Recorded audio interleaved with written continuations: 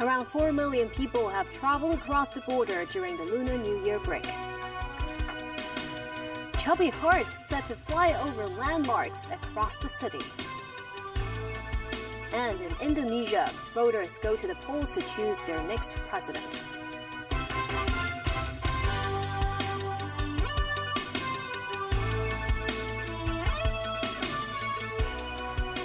Good evening and welcome to TVB News.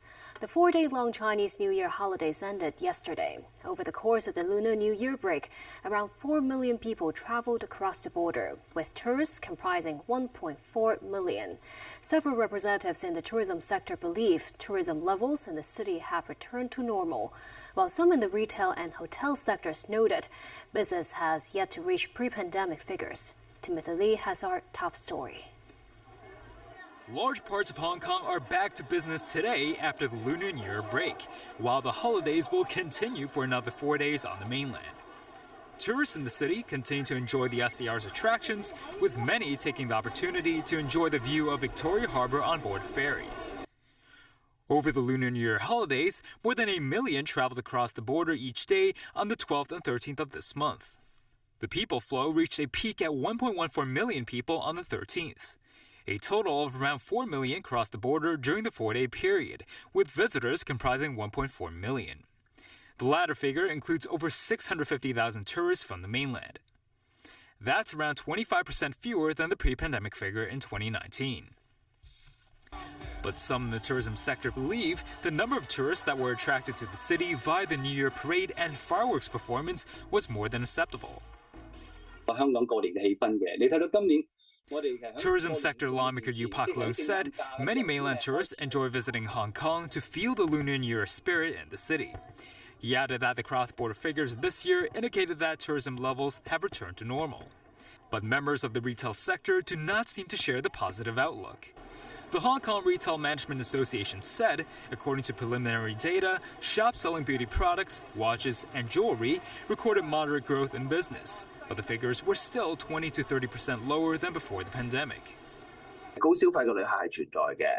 This is Casper Chui, Executive Director of the Federation of Hong Kong Hotel Owners, noted bookings for hotels reached above 80%, but the occupancy rate has yet to reach pre-pandemic levels. He hopes the government will organize more mega events to attract visitors to the SAR. Timothy Lee, TVB News. Meanwhile, Macau recorded some 700,000 visitor arrivals over the first 4 days of the Lunar New Year holidays. The figure gets closer to pre-pandemic levels in 2019, which saw 760,000 arrivals. The Travel Industry Council of Macau said most visitors were from the mainland, while Hong Kong travelers accounted for 20% of the holiday makers in the enclave.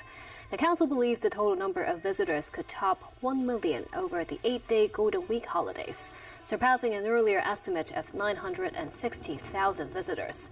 Secretary for Culture, Sports and Tourism of Hong Kong, Kevin Yeung, said there could be more collaboration between Hong Kong and Macau to attract tourists with more mega events or attractions. Over these 11 days, the city is seeing multiple hearts fly over various landmarks. The Spectacle in the Sky marks an opening act under the government's Mega Arts and Cultural Events Fund. We spoke with a UK designer behind the project. Romance in the air at Statue Square Gardens in Central as this gigantic chubby heart soared into the sky. Officiating the launch ceremony were Chief Executive John Lee and his wife Janet Lam, who became the first couple to get a photo op.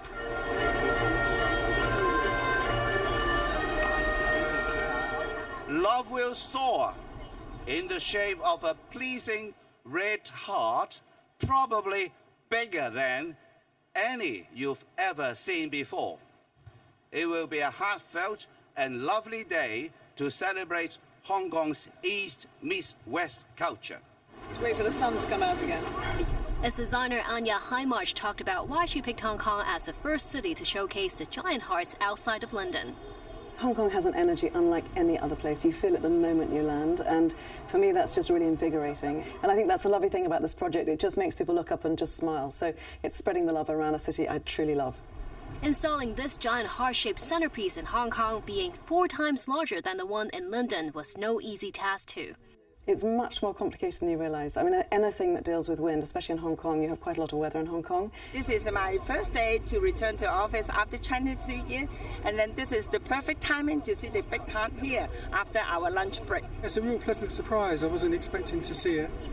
We're here for a couple of weeks visiting family, but this is my first trip to Hong Kong. Today is my husband's birthday. That's why we have to come over and have a look.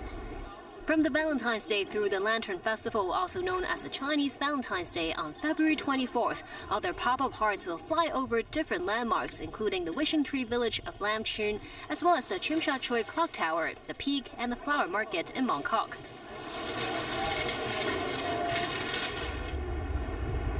Anya also encourages everyone to take pictures or selfies with the chubby hearts and send the photos to not just their other half, girlfriends or boyfriends, but also to anyone they care about, to spread the love and let them know the love you have for them in this very season of love and festivity. Russian police have put Estonian Prime Minister Kaja Kallas, Lithuania's culture minister, and members of the previous Latvian parliament on a wanted list for destroying Soviet-era monuments. Russia's state agency TASS said the Baltic officials were accused of destroying monuments to Soviet soldiers. These acts are punishable by a 5-year prison term under the Russian Criminal Code. Since Russia's invasion of Ukraine in February 2022, Estonia, Latvia, and Lithuania have demolished most of their Soviet-era monuments, including those commemorating Soviet soldiers killed in World War II. Kallas said in 2022 that Estonian authorities would dismantle 200 to 400 of the monuments. The 3 Baltic countries were once ruled from Moscow, but are now members of both the European Union and NATO. Since the Russian invasion of Ukraine, they have emerged as staunch supporters of Ukraine and vocal critics of the Kremlin. In waters near Kinmen, which is under Taipei's control, Taiwanese Coast Guard chased a mainland speedboat this afternoon. 4 people from the mainland boat fell into the sea and 2 of them died. Taiwanese Coast Guard said during its patrol in waters near Kinmen, people on board a mainland speedboat were fishing illegally. The Coast Guard gave chase. The mainland boat did not stop for inspection but attempted to escape. The speedboat then flipped over and 4 people fell into the sea. The Coast Guard rescued them and took the men to a hospital, but 2 of them died. Indonesians voted for a new president today as the world's 3rd largest democracy aspires to become a global economic powerhouse. Voting ended in the afternoon with no major problems reported across the country. Early and unofficial results were expected within the day, but quick count outlets certified by the General Election Commission. Official final results will come in about a month. Daniel Rao tells us more. Indonesian authorities are counting votes cast in the world's biggest single-day election, headlined by the race to succeed President Joko Widodo. The bid to replace Widodo, popularly known as Jokowi, pits 2 former governors, Ganjar Pranowo and Anies Baswedan, against controversial frontrunner Prabowo Subianto. Anies has campaigned on promises of change and preventing a backsliding in the democratic reforms achieved in the 25 years since the end of Suharto's authoritarian rule. Ganjar hails from the Indonesia Democratic Party of Struggle, of which Jokowi is ostensibly a member, and has campaigned largely on continuing the president's policies, but crucially lacks his endorsement. Subianto is the country's defense minister and a former Special Forces commander feared in the 1990s as a top lieutenant of Indonesia's late strongman ruler Suharto. The defense minister has pledged to continue Jokowi's policies while attempting to transform his image from a fiery-tempered nationalist to a grandfather-like figure. Widodo's successor will inherit an economy with impressive growth and ambitious infrastructure projects. This includes the ongoing transfer of the nation's capital from congested Jakarta to the frontier island of Borneo at a staggering cost exceeding $30 billion.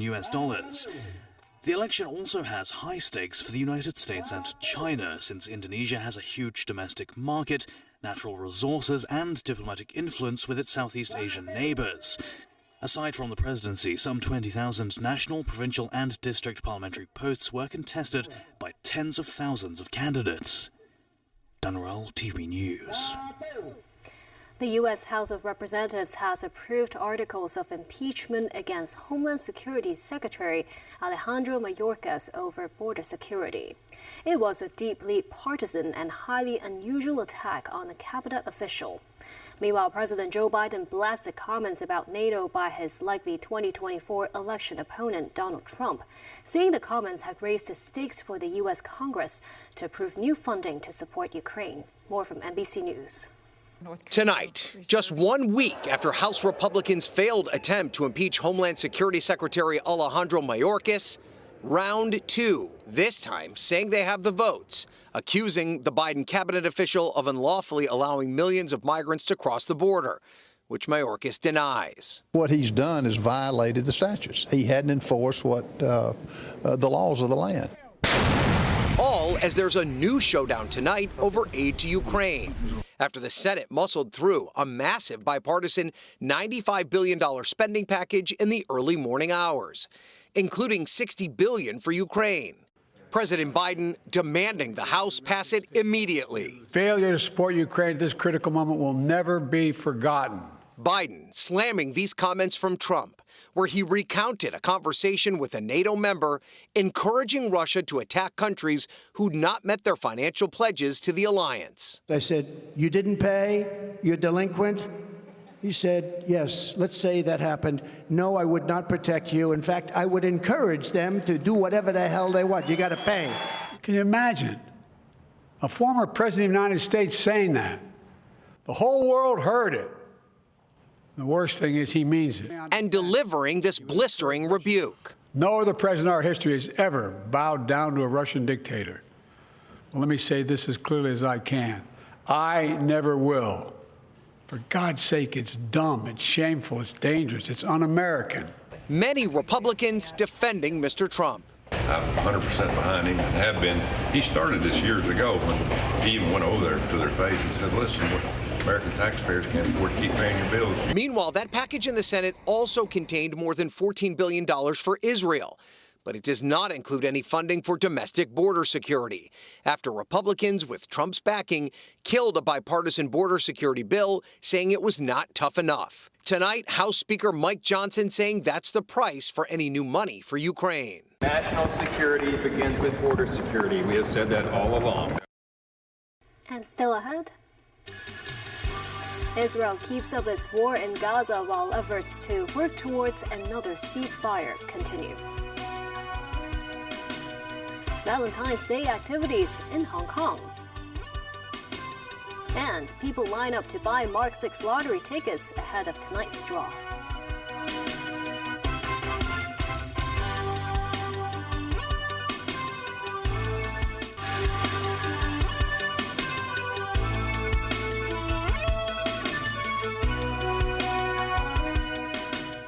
Welcome back.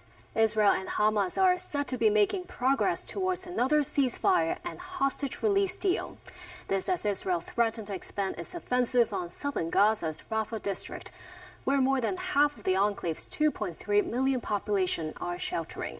Talks involving the U.S., Egypt, and Qatar continued in Egypt a day after Israeli forces rescued 2 captives in Rafah in a raid that killed at least 74 Palestinians. Israel has vowed to eliminate Hamas, which led to a raid on Israel on October 7th. Now speak Kareem with more. Ibrahim Hassouna rummages through the rubble of a destroyed house in Rafah in southern Gaza. It was a grim search. 8 members of his family, including his mother, brothers and niece, were killed in Israeli strikes. The attacks followed the Israeli Defense Forces' rescue of 2 hostages held by Hamas. At least 74 Palestinians were killed in the strikes, including 27 children and 22 women. Palestinians and many around the world fear that Monday's Israeli strikes are only the start of an offensive on Rafah, which is crammed with around 1.5 million people who have escaped from other parts of Gaza on Israel's orders. With Israel preventing some aid from reaching Gaza, United Nations Secretary General Antonio Guterres is pinning his hopes on ongoing truce negotiations. And so, my sincere hope is that the negotiations for the release of hostages and some form of cessation of hostilities to be successful, to avoid an all-out offensive over Rafah, where the core of the humanitarian system is located, and that would have devastating consequences. U.S. President Joe Biden has urged Israel to refrain from a Rafah offensive without a viable plan to protect civilians, with his administration's patience increasingly tested by Israeli Prime Minister Benjamin Netanyahu, who wants to destroy Hamas in Gaza. This comes amid truce talks involving the U.S., Israel, Egypt and Qatar. The truce calls for at least a 6-week halt in fighting in exchange for Hamas releasing all remaining hostages, numbering about 130, and more aid entering Gaza. While officials say progress is being made, a final deal faces many obstacles. In their quest to cripple Hamas's leadership, the Israeli military has released footage of a man and his family inside a tunnel in the southern Gaza city of Khan Yunis. They said the man is Yahya Sinwar, Hamas's Gaza leader, and the video was taken days after October 7th attacks. Meanwhile, the U.S. Senate on Tuesday passed a $95.3 billion US aid package, more than $14 billion of which will go to boost Israel's war effort. However, the package likely faces a difficult time in the Republican-led House of Representatives. Nazri Karim, TVB News. Today is Valentine's Day. 180 couples tied a knot to celebrate the season of love on this occasion. Others headed to flower shops across the city to purchase roses and other flowers for their loved ones. Timothy Lee was at the Macau Flower Market earlier today. A new chapter in life for more than 100 couples on this Valentine's Day. Some of them said their vows at the Tsim Sha Tsui Marriage Registry. This newlywed husband proclaimed his love for his wife and said he will always give the best to her. Across the city, residents made their way to flower markets, searching for the perfect bouquet as a gift for their other halves. She likes to plant, right? So this one will be a lot easier for her instead of buying those bouquets, which are like at least $1,000 above. So I spent close to like $600 today. So I think I got a good steal. Besides locals, many tourists also wanted to partake in the festive atmosphere surrounded by flowers. This is amazing. I think if I live in Hong Kong, my house will be drowning with flowers and plants. I think the flowers here are prettier. Like there's more orchids, the bonsais, the kokedamas. Like when you go to other flower markets, they are a little bit more dirty. The flowers are not as tidy, as beautifully presented as here. So it's for someone special. It's for my girlfriend, and the reason I choose those one is because we share one thing, which is that I am French and she went to exchange in France, and so I bought those one because they have the words in French here. Benjamin also wanted to use this opportunity to deliver this romantic message to his partner. Well, I just want to say that I love you so much, and I'm so happy to be able to spend this day with you. I'm very glad that we're able to spend our first Valentine's Day together, and hope this is not the last one. Roses remain the top choice for buyers who wish to celebrate the Day of Love. Some shops here at the Macau Flower Market are selling bouquets of 52 roses, symbolizing the number 520, which sounds similar to I love you in Putonghua. Timothy Lee, TVB News. Meanwhile, Financial Secretary Paul Chan is set to unveil the latest government budget on the 28th of this month. The Transport Department has reminded motorists it's not necessary to rush to renew their vehicle license. The department says it won't adjust the fees for licenses ready for renewal on February 28th or before. The fees for vehicle licenses, driving licenses, and driving instructors' licenses will remain unchanged until June 27th. And there's a way to make your $100 million richer tonight. That's if you become the lucky winner of the biggest jackpot ever in the Mark 6 draw at tonight's Chinese New Year Snowball Lottery. Long queues could be seen outside off-course betting centers around town. They include this one on Stanley Street in Central, which is considered the luckiest of all. The branch sold 47 tickets that clinched the first prize in the past. For a single winning unit at $10, the first division prize fund is estimated to be $118 million. The draw will be broadcast live at 9:30 p.m., with ticket sales stopping 15 minutes prior. And that's the news. Thank you for watching.